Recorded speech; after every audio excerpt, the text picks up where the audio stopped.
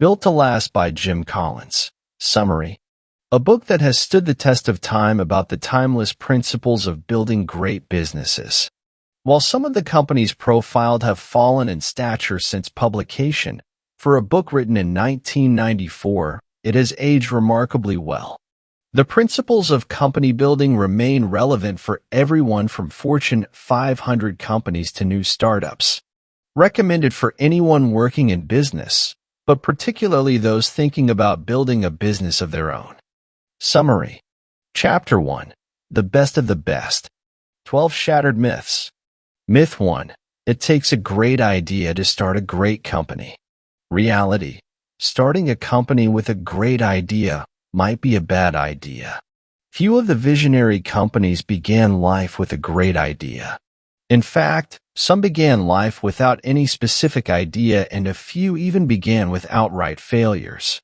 Myth 2. Visionary companies require great and charismatic visionary leaders. Reality: a charismatic visionary leader is absolutely not required for a visionary company and, in fact, can be detrimental to a company's long-term prospects. Myth 3. The most successful companies exist first and foremost to maximize profits. Visionary companies pursue a cluster of objectives, of which making money is only one, and not necessarily the primary one. Myth 4. Visionary companies share a common subset of correct core values. Reality: there is no right set of core values for being a visionary company. Indeed, two companies can have radically different ideologies, yet both be visionary. Myth 5. The only constant is change. Reality: a visionary company almost religiously preserves its core ideology, changing it seldom, if ever. Myth 6. Blue-chip companies play it safe.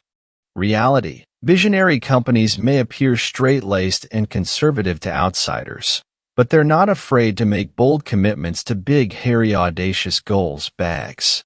Myth 7. Visionary companies are great places to work, for everyone.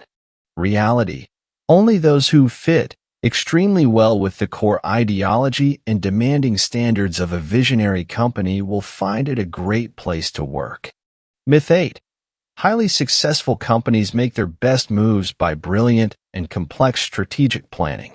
Reality: visionary companies make some of their best moves by experimentation, trial and error, opportunism, and quite literally, accident. What looks in retrospect like brilliant foresight and pre-planning was often the result of, let's just try a lot of stuff and keep what works. Myth 9. Companies should hire outside CEOs to stimulate fundamental change. Reality: in 1,700 years of combined lifespans across the visionary companies, we found only 4 individual incidents of going outside for a CEO, and those in only 2 companies. Myth 10. The most successful companies focus primarily on beating the competition. Reality: visionary companies focus primarily on beating themselves. Myth 11. You can't have your cake and eat it too. Reality: visionary companies do not brutalize themselves with the tyranny of the purely rational view that says you can have either A or B, but not both. Myth 12. Companies become visionary primarily through vision statements. Reality: the visionary companies attain their stature not so much because they made visionary pronouncements, although they often did make such pronouncements. Myth 11. You can't have your cake and eat it too. Reality: visionary companies do not brutalize themselves with the tyranny of the purely rational view that says you can have either A or B, but not both. Myth 12. Companies become visionary primarily through vision statements. Reality: the visionary companies attain their stature not so much because they made visionary pronouncements, although they often did make such pronouncements. Chapter 2. Clock building, not time telling. Having a great idea or being a charismatic visionary leader is time-telling. Building a company that can prosper far beyond the presence of any single leader and through multiple product life cycles is clock building. In one of the most fascinating and important conclusions from our research, we found that creating and building a visionary company absolutely does not require either a great idea or a great and charismatic leader. In fact, we found evidence that great ideas brought forth by charismatic leaders might be negatively correlated with building a visionary company. Indeed, few of the visionary companies in our study can trace their roots to a great idea or a fabulous initial product. J. Willard Marriott had the desire to be in business for himself, but no clear idea of what business to be in. He finally decided to start his company with the only viable idea he could think of: take out a franchise license and open an A&W root beer stand in Washington, D.C. Nordstrom started as a small, single-outlet shoe store in downtown Seattle. When John Nordstrom, just returned from the Alaska Gold Rush, didn't know what else to do with himself, Merck started merely as an importer of chemicals from Germany. Procter & Gamble started as a simple soap and candle maker, one of 18 such companies in Cincinnati in 1837. Motorola began as a struggling battery eliminator repair business for Sears radios. Furthermore, some of our visionary companies began life like Sony, with outright failures. 3M started as a failed corundum mine, leaving 3M investors holding stock that fell to the barroom exchange value of 2 shares for 1 shot of cheap whiskey. Not knowing what else to do, the company began making sandpaper. Bill Boeing's first airplane failed, a handmade, clumsy seaplane copied from a Martin seaplane, which flunked its Navy trials. And his company faced such difficulty during its first few years of operations that it entered the furniture business to keep itself aloft. Indeed, the evidence suggests that it might be better to not obsess on finding a great idea before launching a company. Why?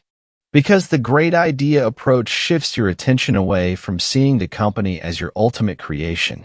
The company itself is the ultimate creation. We had to shift from seeing the company as a vehicle for the products to seeing the products as a vehicle for the company. The builders of visionary companies were highly persistent, living to the motto, never, never, never give up. But what to persist with? Their answer, the company. Be prepared to kill, revise, or evolve an idea, but never give up on the company. But we suggest that the continual stream of great products and services from highly visionary companies stems from them being outstanding organizations, not the other way around. Interlude. No tyranny of the or, embrace the genius of the and. Instead of being oppressed by the tyranny of the or, highly visionary companies liberate themselves with the genius of the and, the ability to embrace both extremes of a number of dimensions at the same time. Instead of choosing between A or B, they figure out a way to have both A and B. A visionary company doesn't simply balance between idealism and profitability, it seeks to be highly idealistic and highly profitable. A visionary company doesn't simply balance between preserving a tightly held core ideology and stimulating vigorous change and movement. It does both to an extreme. Chapter 3. More than profits. Our research showed that a fundamental element in the ticking clock of a visionary company is a core ideology, core values, and sense of purpose beyond just making money. That guides and inspires people throughout the organization and remains relatively fixed for long periods of time. In short, we did not find any specific ideological content essential to being a visionary company. Our research indicates that the authenticity of the ideology and the extent to which a company attains consistent alignment with the ideology counts more than the content of the ideology. Core ideology equals core values plus purpose. Core values equals the organization's essential and enduring tenets, a small set of general guiding principles, not to be confused with specific cultural or operating practices, not to be compromised for financial gain or short-term expediency. Purpose equals the organization's fundamental reasons for existence beyond just making money, a perpetual guiding star on the horizon, not to be confused with specific goals or business strategies. Visionary companies tend to have only a few core values, usually between 3 and 6. In fact, we found none of the visionary companies to have more than 6 core values, and most have less. An effective way to get at purpose is to pose the question, why not just shut this organization down, cash out, and sell off the assets, and to push for an answer that would be equally valid both now and 100 years into the future. Chapter 4. Preserve the core/stimulate progress. It is absolutely essential to not confuse core ideology with culture, strategy, tactics, operations, policies, or other non-core practices. Core ideology in a visionary company works hand in hand with a relentless drive for progress that impels change and forward movement in all that is not part of the core ideology. If you are involved in building and managing an organization, the single most important point to take away from this book is the critical importance of creating tangible mechanisms aligned to preserve the core and stimulate progress. The specific methods of preserving the core and stimulating progress that distinguish the visionary companies from the comparison companies fall into 5 categories. Big, hairy, audacious goals. BAG's commitment to challenging, audacious, and often risky goals and projects toward which a visionary company channels its efforts, stimulates progress. Cult-like cultures. Great places to work only for those who buy into the core ideology. Those who don't fit with the ideology are ejected like a virus. Preserves the core. Try a lot of stuff and keep what works. High levels of action and experimentation, often unplanned and undirected, that produce new and unexpected paths of progress and enables visionary companies to mimic the biological evolution of species. Stimulates progress. Homegrown management. Promotion from within, bringing to senior levels only those who spent significant time steeped in the core ideology of the company, preserves the core. Good enough never is. A continual process of relentless self-improvement with the aim of doing better and better, forever into the future, stimulates progress. Chapter 5. Big, hairy, audacious goals. Like the moon mission, a true BHAG is clear and compelling and serves as a unifying focal point of effort, often creating immense team spirit. It has a clear finish line, so the organization can know when it has achieved the goal. People like to shoot for finish lines. A BHAG engages people, it reaches out and grabs them in the gut. It is tangible, energizing, highly focused. People get it right away. It takes little or no explanation. A BHAG only helps an organization as long as it has not yet been achieved. Guidelines for CEOs, managers, and entrepreneurs. Here are a few key takeaway points you might want to keep in mind as you consider BAGs for your own organization. A BHAG should be so clear and compelling that it requires little or no explanation. A BHAG should fall well outside the comfort zone. A BHAG should be so bold and exciting in its own right that it would continue to stimulate progress even if the organization's leaders disappeared before it had been completed. A BHAG has the inherent danger that, once achieved, an organization can stall and drift in the "we've arrived" syndrome, as happened at Ford in the 1920s. A company should be prepared to prevent this by having follow-on BAGs. It should also complement BAGs with the other methods of stimulating progress. Finally, and most important of all, a BHAG should be consistent with a company's core ideology. Chapter 6. Cult-like cultures. We found 4 common characteristics of cults that the visionary companies display to a greater degree than the comparison companies. Fervently held ideology, discussed earlier in our chapter on core ideology. Indoctrination. Tightness of fit. Elitism. The message for CEOs, managers, and entrepreneurs.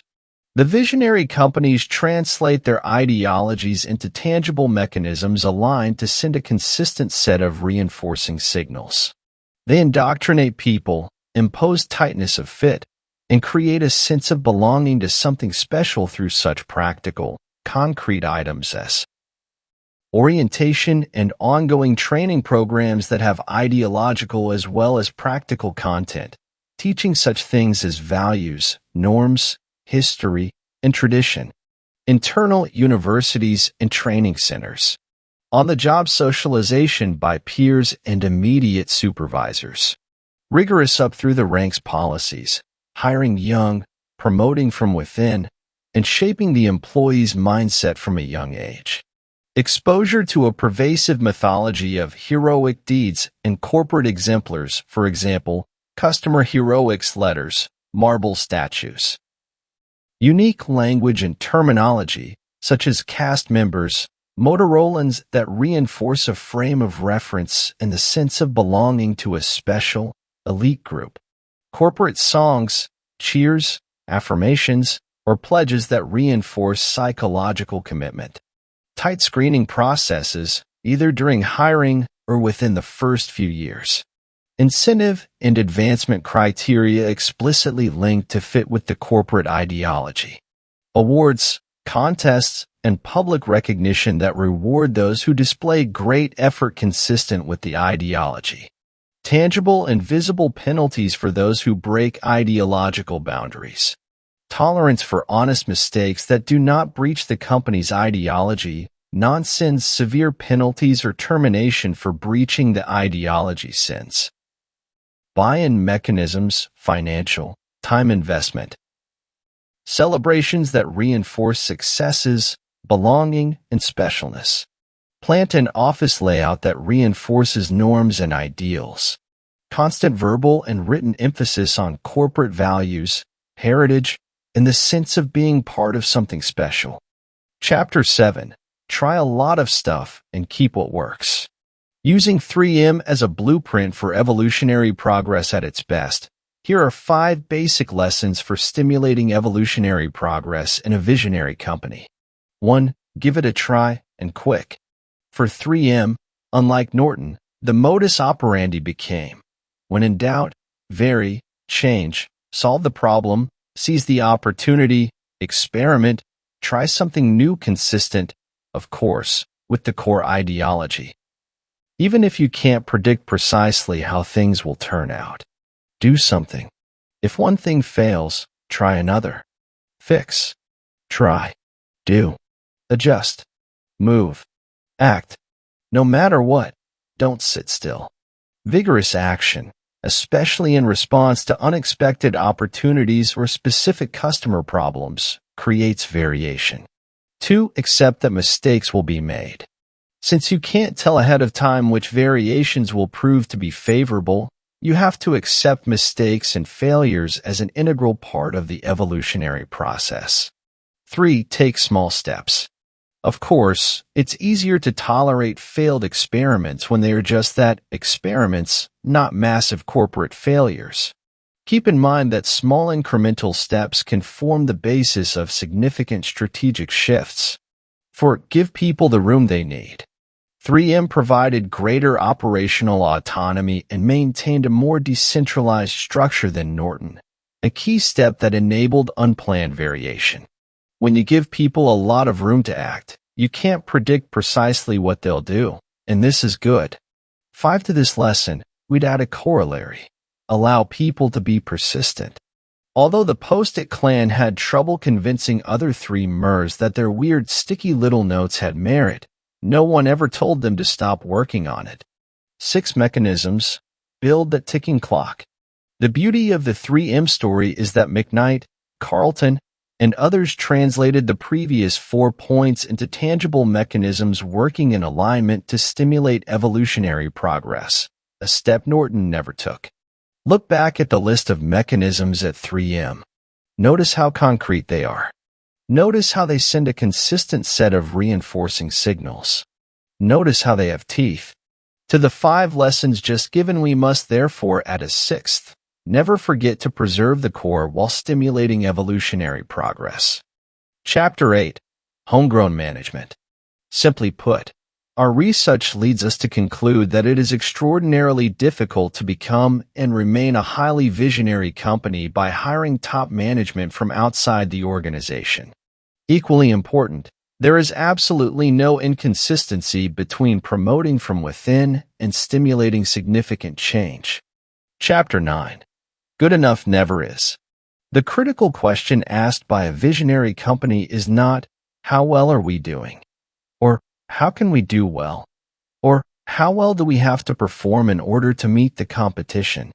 For these companies, the critical question is, how can we do better tomorrow than we did today? They institutionalize this question as way of life, a habit of mind and action. You're probably getting the impression that the visionary companies are not exactly comfortable places. And that's precisely the impression you should be getting. Comfort is not the objective in a visionary company.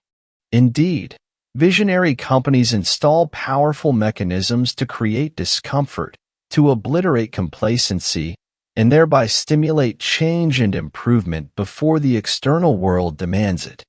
Managers at visionary companies simply do not accept the proposition that they must choose between short-term performance or long-term success. They build first and foremost for the long term while simultaneously holding themselves to highly demanding short-term standards. Visionary companies invested much more aggressively in human capital via extensive recruiting, employee training, and professional development programs. The message for CEOs, managers, and entrepreneurs. If you're involved in building and managing a company, we urge you to consider the following questions. What mechanisms of discontent can you create that would obliterate complacency and bring about change and improvement from within, yet are consistent with your core ideology? How can you give these mechanisms sharp teeth?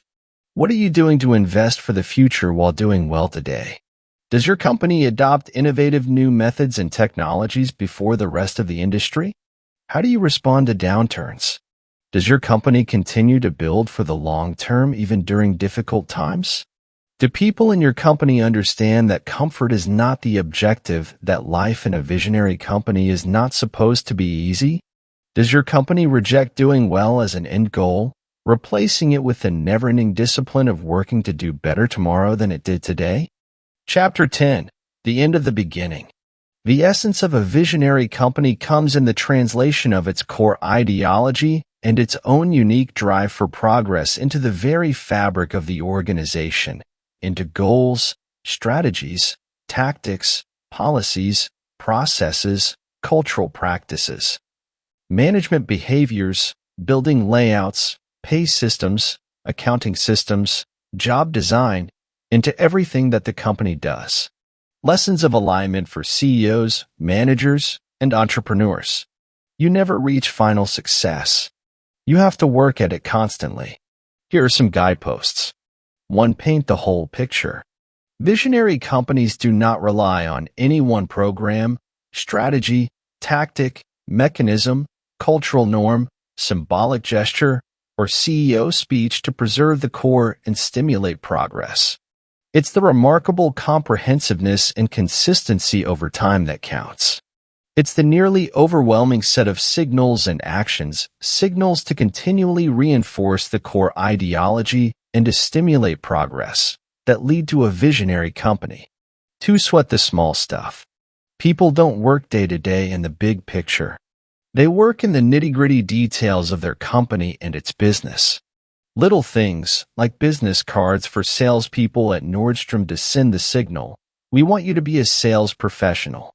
Little things, like Walmart giving employees at the Lowe's level complete departmental financial reports to send the signal, "You are a partner in the company and we want you to run your department as your own little business."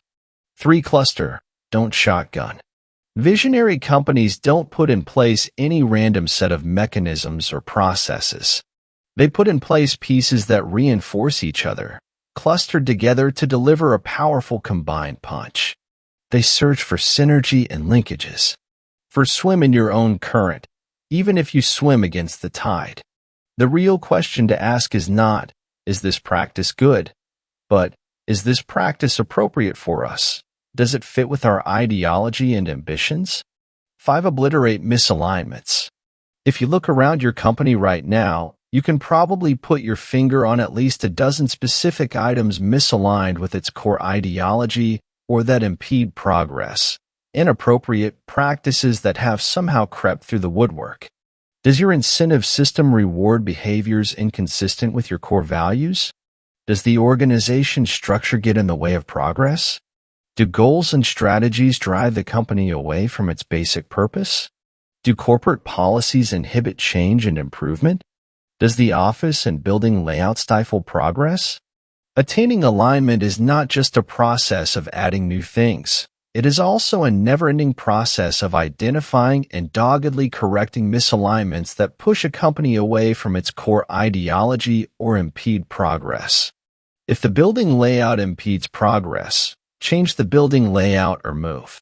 If the strategy is misaligned with the core, change the strategy. 6. Keep the universal requirements while inventing new methods. A company must have a core ideology to become a visionary company. It must also have an unrelenting drive for progress. And finally, it must be well designed as an organization to preserve the core and stimulate progress, with all the key pieces working in alignment. These are universal requirements for visionary companies. However, the specific methods visionary companies use to preserve the core and stimulate progress will undoubtedly change and improve. Bags, cult-like cultures, evolution through experimentation, homegrown management, and continuous self-improvement. These are all proven methods of preserving the core and stimulating progress.